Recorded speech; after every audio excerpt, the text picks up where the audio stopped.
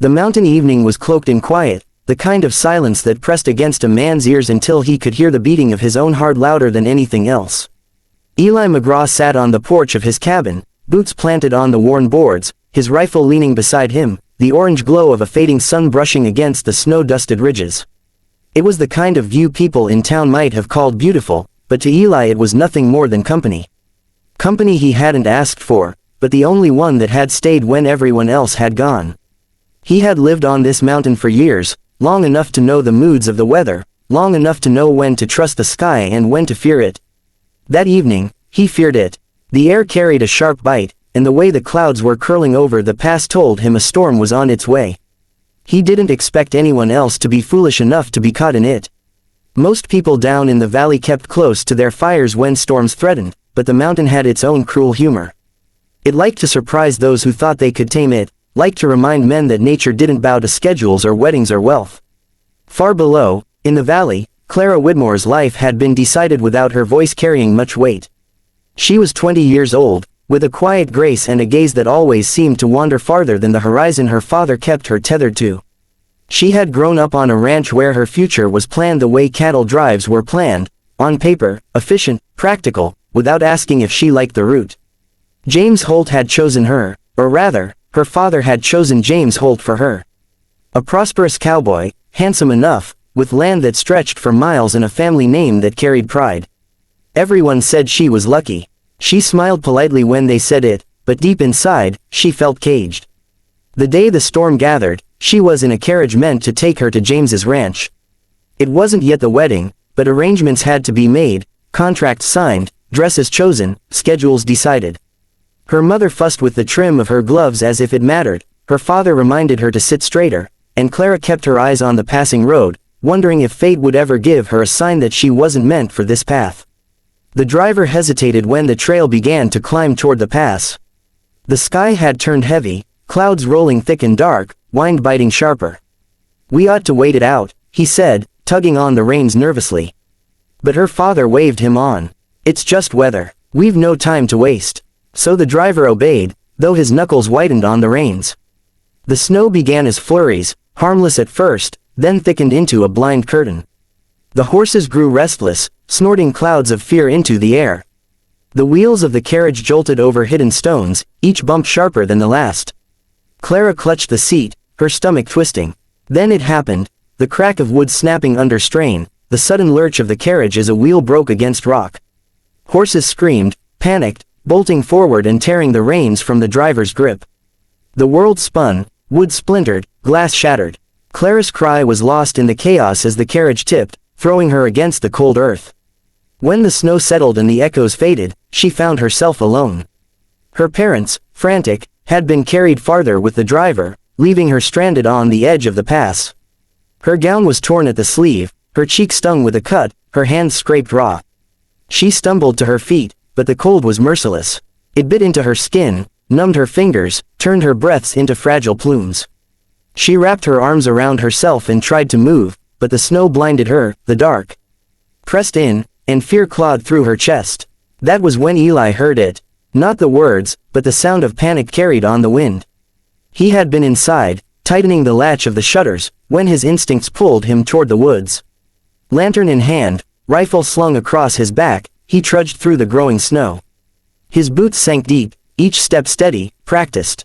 He knew these paths like a man knows the lines of his own hands. What he didn't expect was to find a girl kneeling against the rocks, shivering so hard she could barely lift her head. "You'll die if you sit there," he said, his voice low, gruff, not unkind but not soft either. He was not a man used to speaking gently. She looked up at him, and in her wide eyes he saw a mix of disbelief and relief. For a second she thought he was some spirit risen from the mountain itself, a figure cut from shadow and storm. But then his hand reached out, rough and calloused, pulling her up with strength that brooked no refusal. He shrugged off his coat and threw it over her shoulders before she could protest, wrapping her in warmth that smelled of wood smoke and leather. She tried to speak, but her teeth chattered too violently. He didn't press her for words. Instead, he guided her forward, his arms steady against her trembling form. The walk felt endless, her legs weak beneath her, but he didn't let her fall.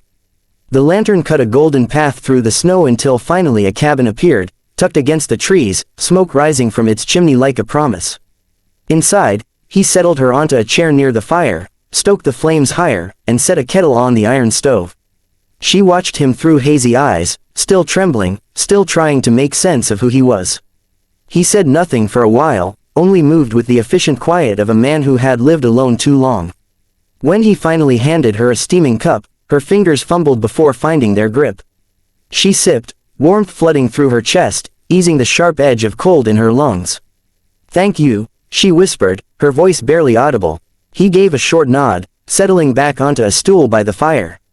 His eyes were dark, steady, unreadable, and he looked at her like she was a puzzle he wasn't sure he wanted to solve. She felt suddenly small under that gaze, but not unsafe. If anything, safer than she had felt in months. The storm raged outside, snow pelting against the cabin walls, wind howling through the trees. Clara pulled the coat tighter around herself, listening to the crackle of flames.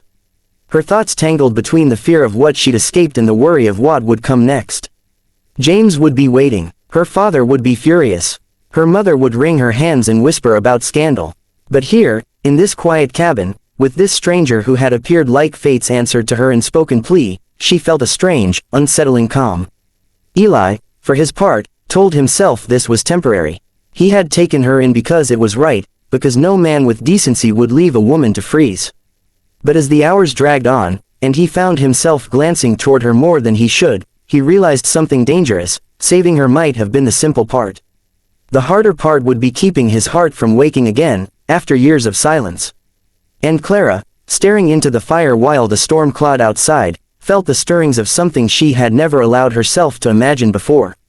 She didn't know his story, didn't even know his name yet, but something about him felt written into her own. She was meant for another, that much she had been told all her life. Yet here, in the cabin of a mountain man, destiny whispered differently. The storm showed no mercy through the night, and by morning the world outside the cabin was buried beneath a white silence that seemed endless. Snow pressed heavy against the window panes, the path beyond vanished, the forest transformed into a sea of ice. Clara stood at the window, wrapped in Eli's coat, watching flakes fall slow and steady as if the mountain itself was determined to keep her prisoner. She had never seen snow like this, soft but cruel, beautiful but dangerous. Her heart pounded at the thought of being stranded for days, maybe weeks, but when she turned and saw Eli moving quietly through the cabin, she felt the smallest flicker of safety. He was no chatterer. His words came sparingly, as though each one cost him something. That morning he set a bowl of oatmeal in front of her, steam curling upward, then sat opposite her with his own. He didn't ask questions, didn't demand explanations. His silence unnerved her at first, but the longer she sat with him, the more she began to understand that silence was his language.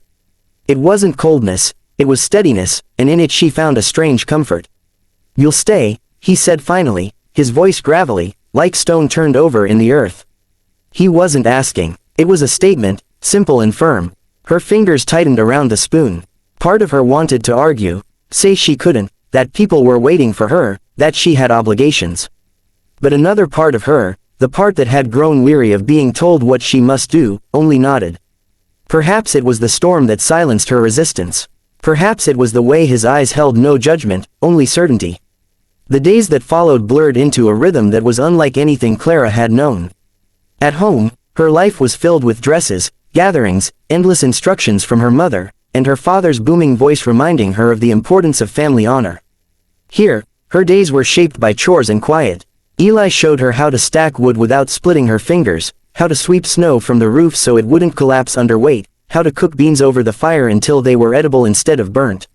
She tried, failed, laughed once in embarrassment, and for the first time in years, she saw the shadow of a smile touch his lips. That smile unsettled her more than anything else. She caught herself watching him when she shouldn't. The way he carried the axe, each swing smooth and powerful.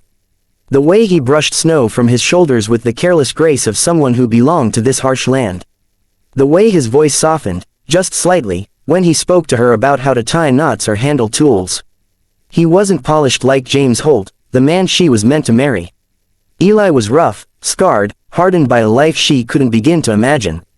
And yet, he felt real in a way James never had. At night, she lay awake on the small cot he had given her near the fire. She listened to the storm outside, to the sound of Eli moving about as he checked the shutters or added more wood to the flames. Sometimes she wondered what he thought when he looked at her. Did he see her as a burden, an unwanted guest forced into his solitude? Or did he see something else, something she dared not name aloud? On the fourth evening, when the snow finally eased and the sky turned clear with stars, Clara found her courage slipping free. They sat by the fire, the warmth wrapping them in a cocoon of light while the rest of the world lay frozen. She held the mug of tea he had brewed, hands warming against the clay, and spoke softly. "I was meant for another," she said, her voice barely stronger than the crackle of flames. Eli didn't move for a long moment. His jaw tightened, eyes fixed on the fire as though it might answer for him. Finally, he gave a slow nod. "I figured," her breath caught, and yet, being here, she hesitated, her eyes, finding his, feels more like home than anywhere else ever has. The silence that followed was thick, almost unbearable. Eli rose from his stool, pacing once across the cabin. His shoulders looked broader in the firelight, his shadow long against the wall. When he finally turned back to her, his voice was rougher, edged with something she couldn't quite read. "Don't say things you can't keep, Clara. I've lived enough years knowing what it's like to lose." Her chest ached at the words, at the pain buried within them. She set her cup down, her fingers trembling. "Then maybe it's time you knew what it's like to have." Her words struck him harder than a bullet. For a moment, he simply stood there, torn between stepping forward and turning away. His eyes burned with a battle he didn't want her to see, but she saw it anyway, the longing, the fear, the hunger for something more than survival. He didn't touch her that night. He didn't dare, but the air between them shifted, charged with something neither of them could deny anymore. Days later, the storm finally broke enough for riders to make it up the pass. Clara heard the distant sound of hooves before Eli did, and when the men appeared, she felt her stomach twist. James Holt's men, 2 riders wrapped in thick coats, their expressions hard. They dismounted, stamping snow from their boots, their eyes narrowing when they saw her standing in Eli's doorway wrapped in his coat. "Miss Whitmore," one of them said, voice sharp. "Your family's been worried sick. You're to come back with us at once." Clara's throat tightened. She glanced at Eli, who stood silent at her side, shoulders squared, jaw set. He didn't speak, but his presence alone was enough to steady her trembling. The second rider added, "Your promise to James Holt. Folks are talking already. It won't look good if you don't return." Clara's heart waged war inside her chest. She could go back, return to duty, to the life already written for her, to the man everyone said she belonged with. Or she could stay here, in this cabin, with the man who had saved her, the man who had stirred something inside her she hadn't even known was there. Eli said nothing, but she felt the weight of his silence. He wouldn't ask her to stay. He wouldn't claim her as his, even if every line of his body ached for it. He was too honorable for that, too used to sacrificing what he wanted for what was right. But for once in her life, Clara didn't want to do what was expected. She didn't want to be the girl who followed rules, who bowed to family duty. She wanted to choose for herself. Her hands trembled as she reached down, slipping her fingers into Eli's. His hand was rough, calloused, but when his fingers closed around hers, she felt something anchored deep inside her. She looked at the riders, her voice steady though her heart thundered. "I'm not going back," she said. The men exchanged shocked glances. One muttered about scandal, about ruin, but she didn't care. For the first time, she wasn't afraid of ruin. She was afraid of losing what she had found. Eli's jaw worked, his eyes on her, disbelief and awe mingling with something deeper. In that moment, he knew she wasn't meant for him. By every law, every expectation, every whisper in town, she belonged to another. But the way her hand clung to his, the way her eyes held his as if he were the only man she had ever truly seen, he understood the truth. She wasn't meant for him. She was his, forever.